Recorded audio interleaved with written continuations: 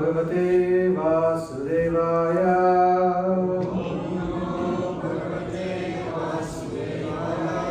Om Namo Bhagavate Vasudevaya.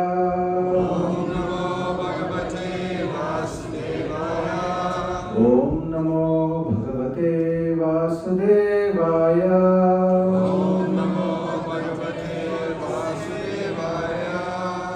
Om Ajnanatirmirandasya Jnananjana Chakshurmilitam Yena Tasmai Shri Gurave Namaha. Namo Vishnupadaya Krishna Prasthaya Bhutale Srimate Bhaktivedanta Swami Nitinamini. Namaste Saraswati Devi Gauravani Pracharini Nirvishesha Shunyavadi Aschatya Desatarini Vancha Kalpatarubhyascha Kripa Sindhubhya Vacha Patitanam Bhavanebhyo Vaishnavebhyo Namo Namah. Jai Shri Krishna Chaitanya Prabhu Nityananda Shri Advaita Gadadhar Srivasadi Gaura Bhaktivinoda. Hare Krishna Krishna Krishna Hare Hare, Hare Rama Rama Rama Hare Hare. Hare Krishna. Welcome to the Sunday program. So we will be reading from Bhagavad Gita. A little introduction, overview, not too deep, and then share one or two perspectives from the Gita. Since we have the special occasion coming up next Wednesday, how many of you have Bhagavad Gita with you? Just one? Only a few. How many of you do not have Bhagavad Gita? How many of you read Bhagavad Gita? So we're familiar, right? So I can ask some questions. So, Bhagavat, what does Bhagavad Gita means? What does Bhagavat means? One is full of all opposites. Yeah, so it refers to Supreme God, one who is full of all opulences. And Gita? Song, right? So, it's kind of poetic, right? The Supreme Lord is singing the song of the divine. And who is it meant for? Us. All of us, right? So,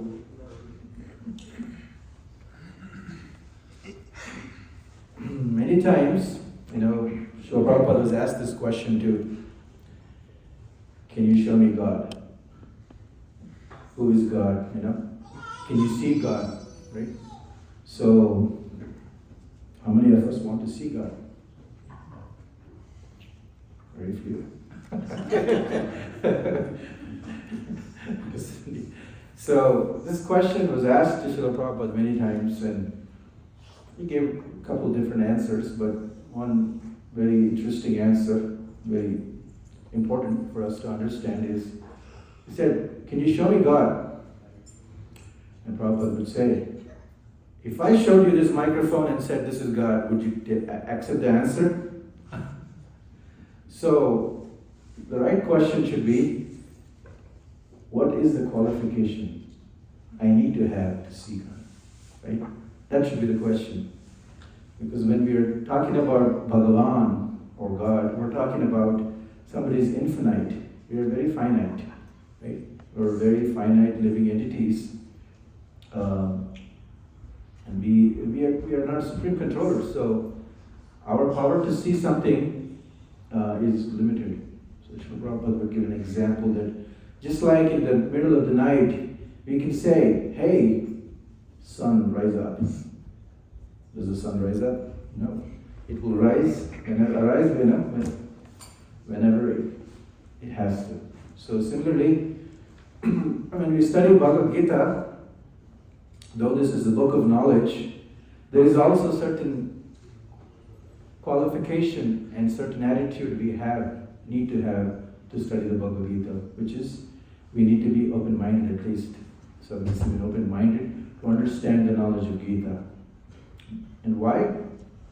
Just like this example Prabhupada is saying, if we go to a store and say, just for example, say you walk to a hardware store and say, can you get me some gold? You know, if he's a genuine person, he will say, I'm sorry, we don't have gold here, you have to go to a different store. But if somebody is not genuine, what he will say? Yeah, what do you want to drink? Can I get you something to eat? So you're like, yeah, sure. So then, what happens? They can show us a piece of iron and say this is gold, coated with some kind of golden color.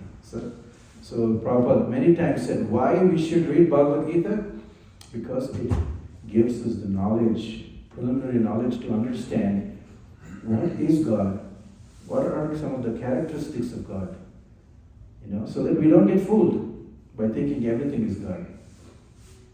And what is the qualification we need to see God? So there's a beautiful verse even. Atash Sri Krishna nama adina bhaved grahyam indriyai sevonmukehi jivvado swayam eva supratyada. It is not that we have to go and find somewhere else how to see God. Somebody is going to show us.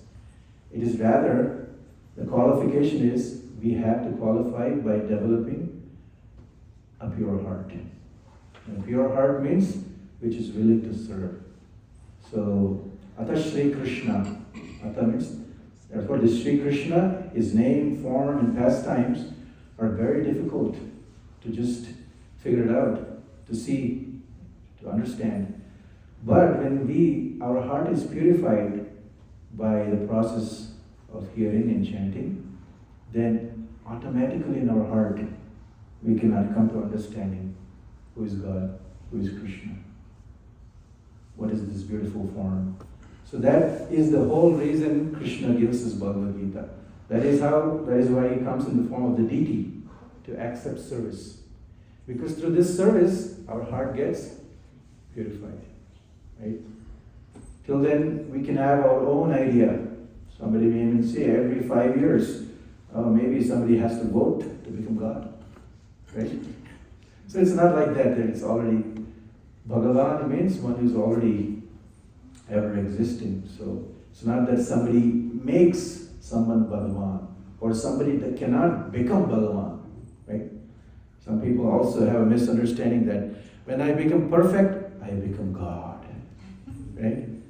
If you think about it, like, you can never make God. Prabhupada would said that, you can never become God. If you can't become God, then what is the meaning of God? Right? So, in our situation, we can become perfect by serving Krishna. So, the whole purpose of Bhagavad Gita, the whole purpose of the life of bhakti is to learn this idea of how to serve. When we understand how to serve, then automatically we can understand everything. Because in service, everything is revealed. And just think about yourself in your life, in our life. If you wanted to get closer to someone, is it easy when we become close by serving them and developing a relationship, or by demanding them to show their real thing? If I go to and ask Prabhu here, hey, can you reveal your bank balance to me? He said, get away from here. But if I have a friendship, if we have such a close relationship, and he develops trust, we develop trust and mutual trust with each other, then automatically, I'll say, well, I have this much balance in my account. Where should I put? Where should I invest? So similarly with Krishna, right?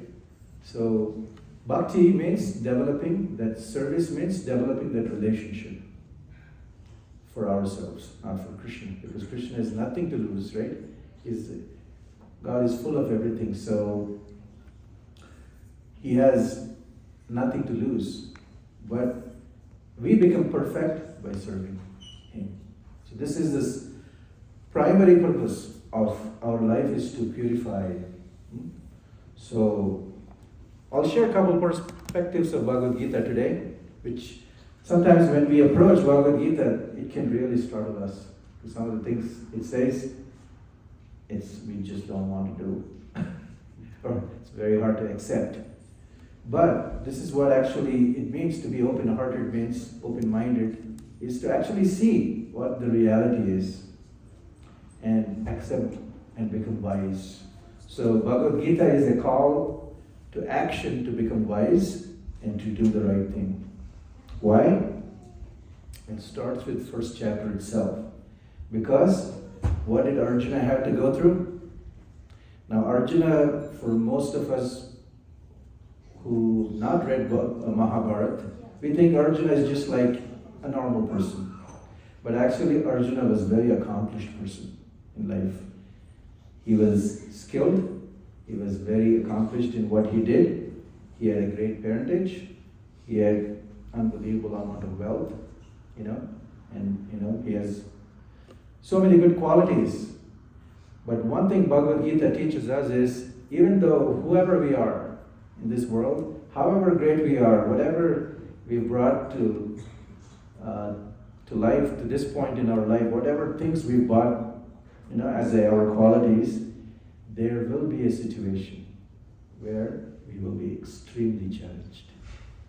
This is the first fundamental idea that Bhagavad Gita teaches us is, no matter who we are, if we are honest, we will always be facing one challenge or more in life where we are puzzled what to do. We start questioning our own existence, right? It becomes like a crisis. So sometimes the chapter was titled Yoga of Despair. Sometimes it's titled like that. Or in Sanskrit, Arjuna Vishada Yoga. Vishada means despair. Or Vishada means sometimes, he's showing all symptoms of one is depressed. But still it's a yoga. Why? Because he approached Krishna. So, doesn't matter. Whatever challenge we face in life, whatever we have to go through in life, but if we can turn towards Krishna for guidance, especially in the form of his devotees and especially in Srimad Bhagavad Gita, we actually are going to become a yogi. It's amazing. Think about this. Sometimes we're asked this question, is God compassionate? This is the answer. If we know whom to turn towards. But if we forget that, then there's no yoga of despair. There is only despair, right? So Bhagavad Gita at the onset puts us in this situation when we can observe Arjuna, and his situation is rather very intense too. It's not that easy. Fighting his own family, very intense situation. And he's trained as a warrior. You're trained to do the duty, but he has to answer that call for the action, but he doesn't have the strength. So many times in our life we are faced like that. So we should not get overly depressed with that, or we should not think that, oh, there's nothing that I can ever do. Everything is impossible. Everything is against me.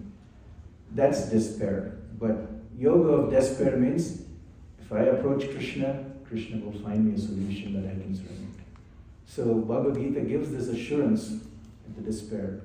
Because why Krishna is termed as Hrishikesha.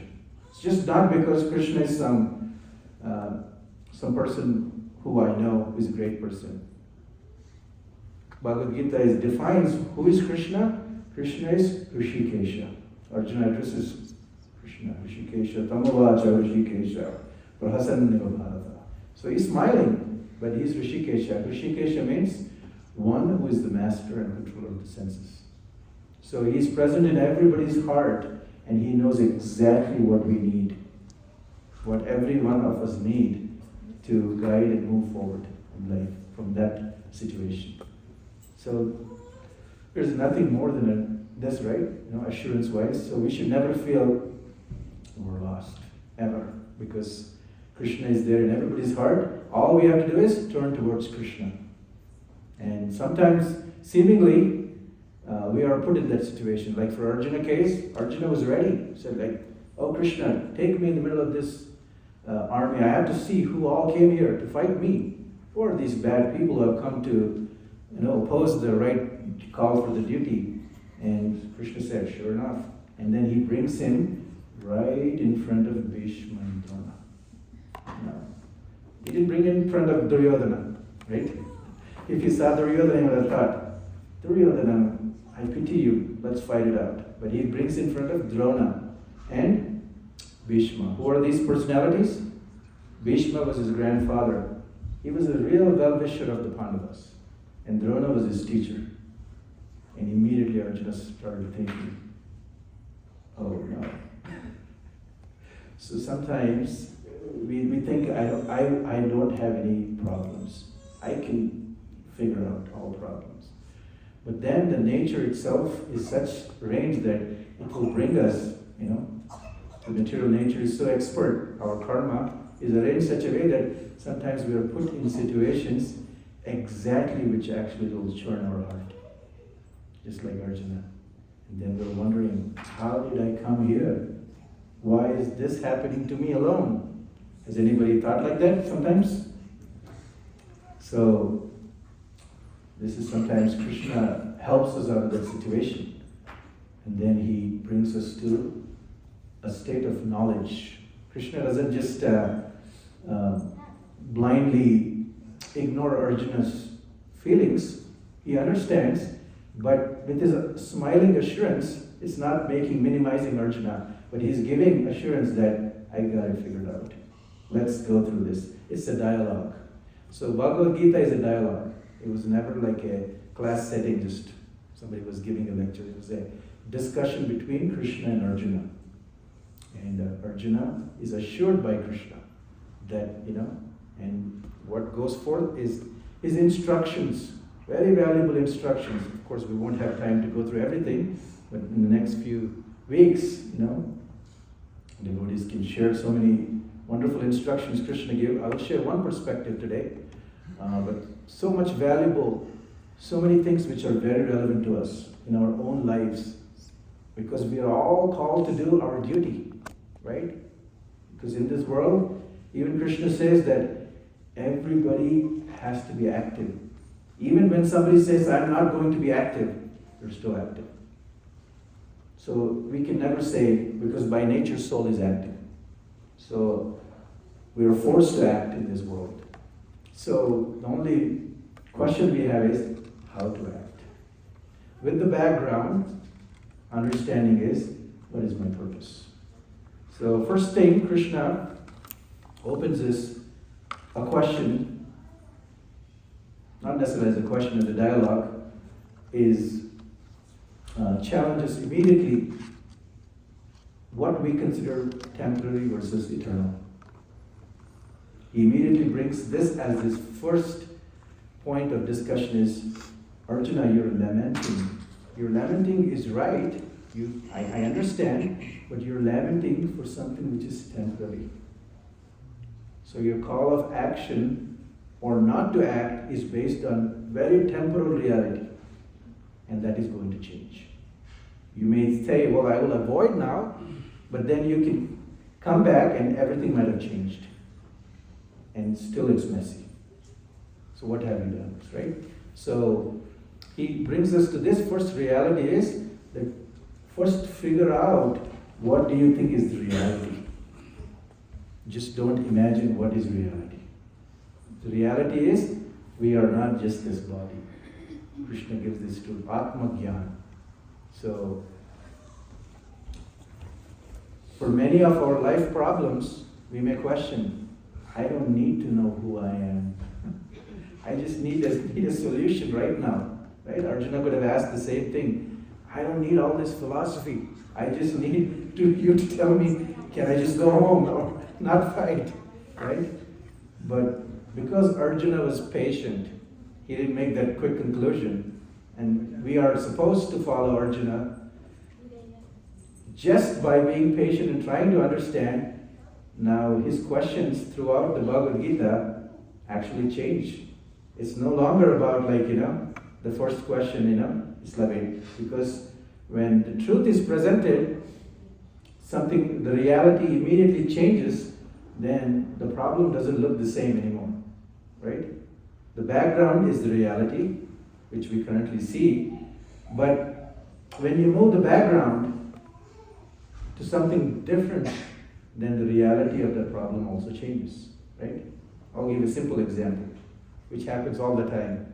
Suppose we have a pain in our arm, right? And it becomes the focus of our whole existence that day, right? Does it happen? And something big suddenly falls on our toe. We'll forget this whole thing. And that becomes the reality, right? So this is how things change, you know? Everything is very temporary and perspectives change our idea of pain and pleasure. At that point, this won't even be a reality for us, right? The pain in the arm is not a reality. The toe crushing thing is the reality. Even when we may go to a doctor, said, what are your symptoms? Oh, my toe. Is your arm okay? Yeah, everything is okay. Right? So we have to learn to be patient. To hear means we need a lot of patience. So when we read Bhagavad Gita, we may just feel like, oh, that may not be applicable to. So we may have to be patient when we study. And as we study like that, we try to understand, then Krishna opens up a lot of realities. Actually, I have a lot more to think about.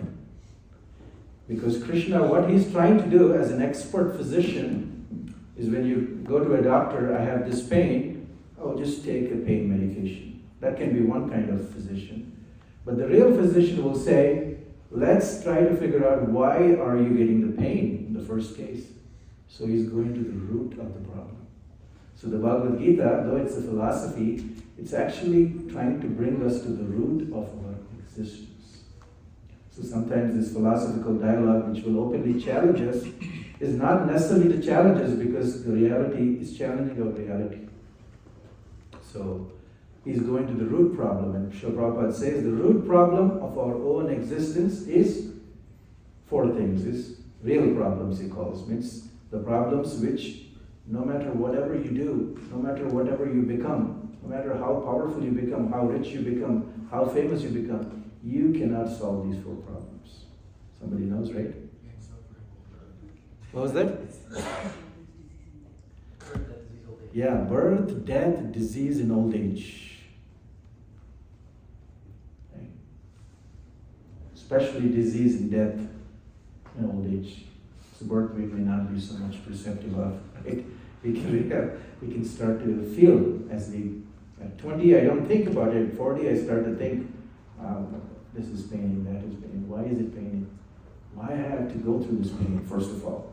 So all these questions come. So this means we are changing ourselves from questioning very minimal thing to questioning something more deeper. Just like our Vaisheshika Prabhu says in his beautiful book, 4 Questions. The most powerful punctuation is a question mark. And this whole Bhagavad Gita is also, Arjuna's questions are also going deeper and deeper like that. So as we ask and patiently study Bhagavad Gita, our questions also go deeper and our perspective of problems of life change. So this is the beauty of Bhagavad Gita. It not only solves the problem, immediate problem, but it can also solve the overall problem. Srila Prabhupada used to give a simple example. If you have a $10 problem, you can try to get $10 to fix that problem. But if somebody gives you $1,000, you can solve that problem, and you can solve $100 problems too, right? So Krishna consciousness in Active Devotion, Srila Prabhupada says, Bhakti Yoga is one switch, one light switch that illuminates everything in our life. It's a beautiful statement. So even though some aspects of Bhagavad Gita may sound challenging and we may feel, oh, I'm not ready for this, but it's actually going towards that root problem. So we'll see one today and try to address really quickly. It's on chapter 5, text 22. Very challenging. I'll read the Sanskrit. Yehi samsparshaja bhoga dukkha yona evate adyantavanta kaunteya nateshu ramate buddha. An intelligent person does not take part in pleasures which are due to contact with material senses. O son of Kunti, such pleasures are the sources of misery and have beginning and an end. So the wise man or woman does not delight in them. Who here wants to become wise with wisdom? We all are seeking for wisdom, right? So now Krishna is giving a sign of a person who has wisdom, and very challenging indeed. He says, what we think whatever we like to enjoy through our senses is actually the source of misery. Very challenging, right? When we apply that, it's very difficult. This is such a fundamental principle that even in our spiritual practice, this becomes a challenge too, right? What is the cause of misery is actually the pursuit of pleasure with the senses. We have to clarify that a little bit, so we'll go a little deep here. So, senses, when I see something, I just want to enjoy this. That is the cause of the misery. And Prabhupada's one statement, which is a knockout statement, I'll read it. So every time I read this, it's like, the more one is addicted to material pleasures, the more he is entrapped by material miseries. Think about this. When you go to chapter 5, text 22. Now, we may not have this realization. This is one of those things, right? It openly confronts us. Well, I think the material pleasures are fine. It's good. But Srila Prabhupada is talking from a wisdom point of view, from an elevated wise man here.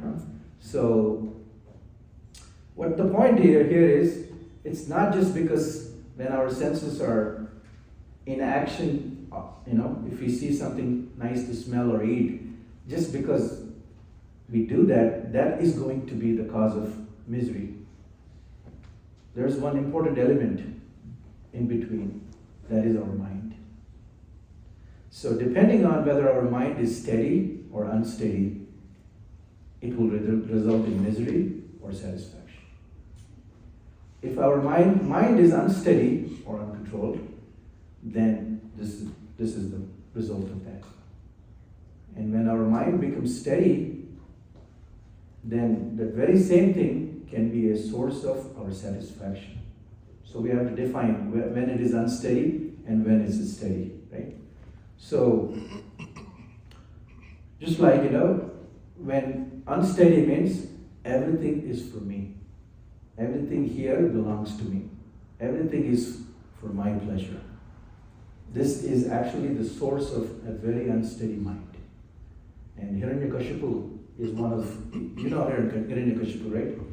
He is the one who personified to the extreme degree, right? He thought, I am the controller, I am the master, everything is for me, this whole universe revolves around me, it's created for my pleasure. And everybody else who's against me being that, is my enemy. So he immediately created that friends and enemy. Whoever supports me to fulfill my desire, that's my friend. So we may not be like Hiranyakashipu, but to a lesser degree, we may have this, we don't want Krishna in the picture at all. We don't believe there is nothing else exists. So our Chaitanya Charan Prabhu says a very nice, statement which I like. So in the initial stage, we may think God is the fulfiller of my desire. But as we actually get purified, the realization becomes God is the fulfillment of my desire. It's such a nice statement. So the idea is the senses and sense contact, enjoying the matter is not the problem as long as the mind is steady and controlled. So Krishna says that unless, going back to the second chapter, he says that unless you contact me, add me to the picture, you're never going to be peaceful. This equation of not having Krishna in the picture, it's just sense objects and me, is a recipe for disaster. So how to avoid that? It says, Nasti buddhiya yuktasta nacha yuktasya bhavana. So you at least put me in the picture. Engage, put your mind, create a space for me. And by that, you will guaranteedly achieve peace. Because nobody in this world has ever become peaceful by having an uncontrolled or unsteady mind. The mind becomes unsteady when we fail to engage or connect with Krishna. And that is what we were talking earlier about purification. In an impure consciousness, we don't have anything to connect with Krishna. We just have just ourselves and everything else to exploit, selfish. So that creates more misery. So this is one of the central teaching that Krishna is giving to Arjuna, which is very difficult to see, right? Arjuna, you are suffering is not because this activity is bad. The activity of you performing your duty is not the bad thing here. The real thing is, what is your intention behind it? If you do this intention as a service to me, that activity in me at the onset may look very difficult, but in the long run, it gives you satisfaction. So Prabhupada says, instead of contacting the senses, Brahma Sparsha, we have to try to contact the Supreme. So it's a very tall order to change everything overnight, right? So what does Krishna? He's very practical. Krishna doesn't say, well, you have to stop everything. Don't engage your senses. This is one school of people who say that, oh, just stay aloof from everything. Because everything else, contact with something, gives rise to misery. So better don't get involved. Just walk away. Just go to the forest and just close your eyes and don't perform any activity. No, we are called to do action in this world, right? Perform our duty. So that is not the instruction of Krishna. Krishna actually condemns that if you're not even ready for that with the right mindset. In fact, he says, better to perform your duty where you are rather than giving up. Because unless you're purified in the heart, you actually, if you just give up your duty, you actually create disturbance to the society. Because you will be a pretender. So his call to action is, you engage in something called yajna. So now this is also one more thing which will challenge our mind, right? So this is in 4th chapter, text number 32. 522, 432, remember. You can read when you go back, the purport too. But this is instruction after Krishna is elaborating about the different sacrifices many people perform in this world, right? There are so many people who are performing sacrificing by acquiring knowledge or giving up charity on this. And Krishna is instructing to Arjuna, O best of Kuru dynasty, without sacrifice, one can never live happily on this planet or in this life. What then of next? So these are the two mantras Krishna is giving. Just contact of senses with sense objects without controlled mind is actually a recipe for misery. But here is the spirit of when we do sacrifice with the right principle in mind, that is the source of happiness too. So ever think why people feel like empty when they acquire? And they feel relief when they give something? So this is what we are meant as a soul. By nature is to serve. So Krishna says, how to awaken that? By this principle of sacrifice. So it means performing our duty without attachment. So that means whatever happens in life, whatever duties we have, bring Krishna in the picture and surrender to the duty, but do it as offering to Krishna. Yat karoshi yat nasnasi, yat juhosi, yat tapasvati. Kurusva arpanam. Krishna says, do as an offering to me. Don't worry about, this is a hard duty, this is easy duty, this is going to result in this is going to result in something bad or good. If it is something duty given to you as a responsibility, don't give it up, because it will never purify. By giving up, just going to the forest and just meditating, you're not going to purify. This is the instruction to Arjuna. And Srila Prabhupada said, we are all like Arjunas, right? We are involved in this, we are family people, we have duties and responsibilities. But he says for us, is perform our duty by offering, also have the right consciousness why we are doing it. So when we are offering to Krishna, it's not like, I'll do whatever I want to, and then I'll offer to Krishna. That's not the bhakti idea too. We have to have the consciousness, let me do this offering of duty, whatever I'm doing, with the consciousness of offering to Krishna to please him. And when we do that, immediately our heart starts to become pure, and then we start to come closer to the journey of becoming the wise, gain the wisdom of the Gita. And how do we develop that consciousness to do the duty? So one of the idea of yajna, sacrifice means yajna here. The word used is sacrifice is yajna. And Krishna gives later on in the Bhagavad Gita that of all the yajnas, I am japa yajna. In chanting the holy name. Hare Krishna, Krishna Krishna, Hare Hare. Hare Ram, Ram Ram, Hare Hare. So if we practice by chanting, by hearing the Bhagavad Gita, this helps us to develop that consciousness to not run away from the duty, to run away from our responsibility, even though it's hard or difficult, but rather see maybe there is a lesson Krishna wants to teach me through this if I just surrender. And suddenly, all those things which may look opposing actually are lessons for us to become much more developed personality. Those people who come into our life, like I had situations where somebody, I had a manager at work, sometimes he would be so difficult to handle because he would tell everything which I don't want to do.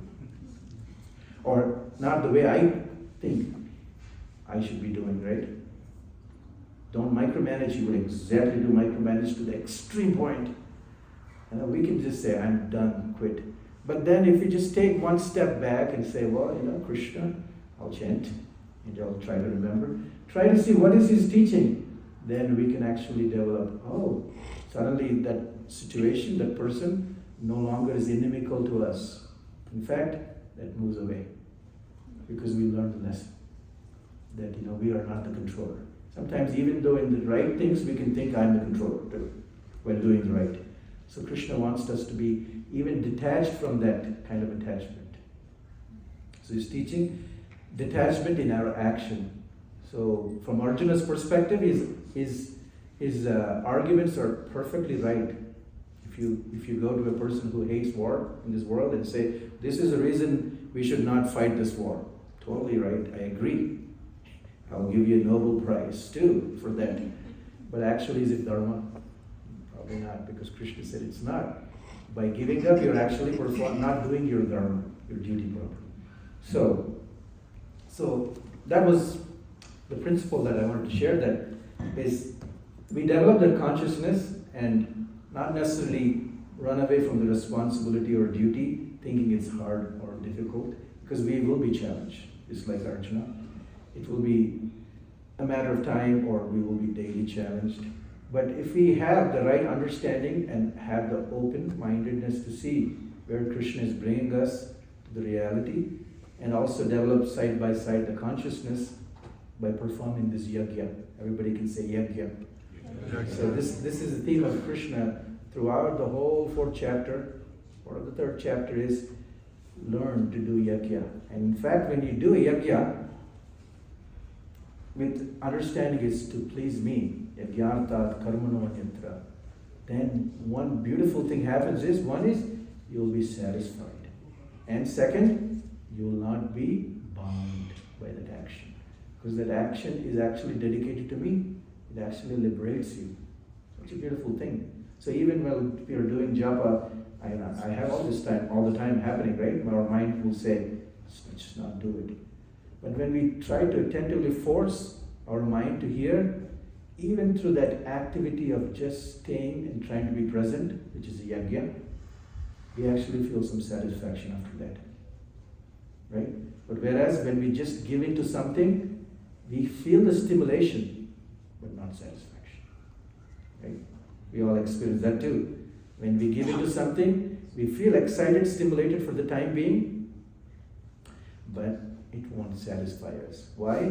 Because one, it is temporary, and second, the imagination of that what it is going to award us is not going to be the reality. And second, and the third, it will habituate us. So that's why Krishna is saying that's a recipe for misery, is because these things, three things. One is, it will addict you further. And the second is, whatever it promises you, it is never going to be the same. What you get is not going to be what you imagine. The third is, even if you get it, it is going to be temporary. So that's why the wise do not delight in that. So that verse may be very difficult for us to live to right away to that extent. So the practical way Krishna says is, include him and do it as an offering, and try to gain that, come to become that wise person, or become that wise person and develop that wisdom. And one can develop that wisdom by performing one duty in a Krishna conscious way. So I'll stop there, and we can end here. Srimad Bhagavad Gita ki Jai, Srila Prabhupada ki Jai.